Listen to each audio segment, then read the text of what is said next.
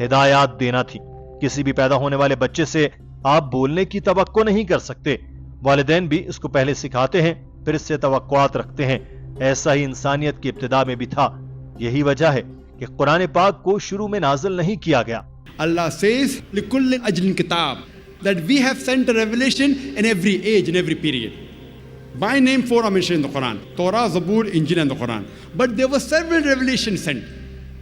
The first revelation, Almighty God knew that the human beings had to develop.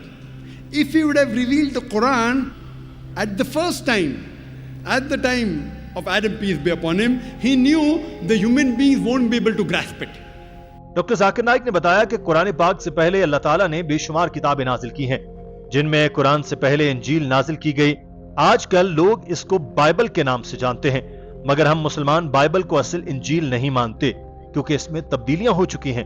آسمانی صحیفے میں تمام باتیں خدائی کلام ہوتی ہیں، مگر آج کل کی بائبل کے جتنے بھی ورژن ہیں، ان میں سب سے زیادہ حصہ چرچ کی اپنی شامل کی گئی باتوں کا ہے۔ حضرت عیسیٰ کی باتیں اس میں بھی کم ہیں، اور خدائی کلام تو اس میں نہ ہونے کے برابر ہے۔ لیکن اگر بائبل کو بھی دیکھیں تو اس میں گوسپل آف جانز میں لکھا ہے کہ میرے پاس آپ کو بتانے کے لیے اور بھی بہت کچھ ہے، لیکن آپ ابھی برداشت نہیں کر سکتے۔ لیکن جب وہ آئے گا، وہ آپ کی سچائی کی طرف رہنمائی کرے گا۔ وہ اپنی طرف سے نہیں بولے گا، لیکن وہ وہی کہے گا جو وہ سنے گا، اور آپ کو آنے والی چیزوں کا اعلان کرے گا۔ تو جیسس نے بھی یہاں بتا دیا کہ لوگ ابھی آخری صحیفے کے لیے تیار نہیں ہیں۔ تو اللہ تعالیٰ یہ جانتا تھا، اسی لیے اس نے اسی وقت قرآن کو نازل کیا جب لوگ اس کے لیے تیار تھے، اور یہ 1400 سال پہلے کا وقت تھا۔ یہاں اس شخص نے ایک اور سوال اٹھایا اور کہا کہ قرآن کے لکھے جانے سے پہلے بھی ہزاروں سال سے انسان زمین پر رہ رہے تھے۔ اللہ جو بہت مہربان ہے، کیوں اس نے اپنے بہترین صحیفہ اور علم ان لوگوں کو نہیں دیا جو 1400 سال پہلے سے یہاں رہ رہے تھے؟ صرف 1400 سال بعد آنے والوں کو ہی کیوں یہ صحیفہ دیا؟ اور ان کا کیا ہوگا جن کو قرآن نہیں ملا؟ Even before the Holy Quran was written, that is 1400 years ago, human beings had lived in the earth for thousands of years. So why did Allah, the most merciful, didn't give them that best knowledge which He has given us for the last 1400 years? اس شخص کے دوسرے سوال کا جواب دیتے ہوئے doctor Zakir Naik نے کہا کہ اس کی مثال بھی آپ کو پہلے کی طرح دیتا ہوں۔ جب میرا بیٹا پہلی جماعت کے امتحان کے لیے جائے گا تو اس کو میڈیکل کا سوالیہ پرچہ نہیں دیا جائے گا، اس کو پہلی جماعت کا ہی پرچہ حل کرنے کے لیے ملے گا، کیونکہ اس کو علم ہی اسی کا ہے۔ اگر وہ ہائی اسکول میں جائے گا تو اس سے متعلق ہی سوالات ملیں گے۔ مگر تمام صحیفوں اور کتابوں میں جو بھی آج تک نازل ہوئیں، ان سب میں بنیادی پیغام ایک ہی تھا کہ آپ کو ایک خدا پر یقین کرنا چاہیے، اسی کی عبادت کرنی چاہیے۔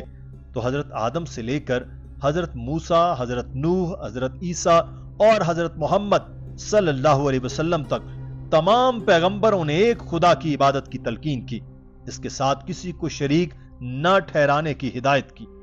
So similarly, the basic message of Almighty God in all the scriptures, in all the revelations, from the first revelation till the last revelation, Quran was the same, that you have to believe in one God, that you have to worship Him and no one else. So all the messengers, right from the first messenger, Adam, peace be upon him, right down to Noah, Abraham, Moses, Jesus, Muhammad, peace be upon them all of them taught the basic message of oneness of God and about Tawheed. Doctor Zakir Naik نے کہا کہ خدا کے لا شریک ہونے کا پیغام ہی سب کو دیا گیا، اور سب کو یہی ہدایت دی گئی کہ خدا کے سوا کسی کی عبادت شرک ہے، اس کے سوا کوئی خدا نہیں، وہ لا شریک ہے۔ اگر کوئی اس کے علاوہ کسی اور کی عبادت کرے گا تو وہ جہنم میں جائے گا۔ جنت اور جہنم کا تصور بھی اسی لیے دیا گیا کہ دنیا ایک امتحان ہے، اور اسی میں اس کو انعام ملے گا جو نیک اعمال کرے گا، اور جو اس کے خلاف جائے گا جہنم اس کا مقدر ٹھہرے گی۔ ناظرین، آج کی ویڈیو کے بارے میں آپ کی رائے کیا ہے؟ کمنٹ سیکشن میں ضرور آگاہ کیجیے گا۔ اپنا خیال رکھیے۔ اللہ حافظ۔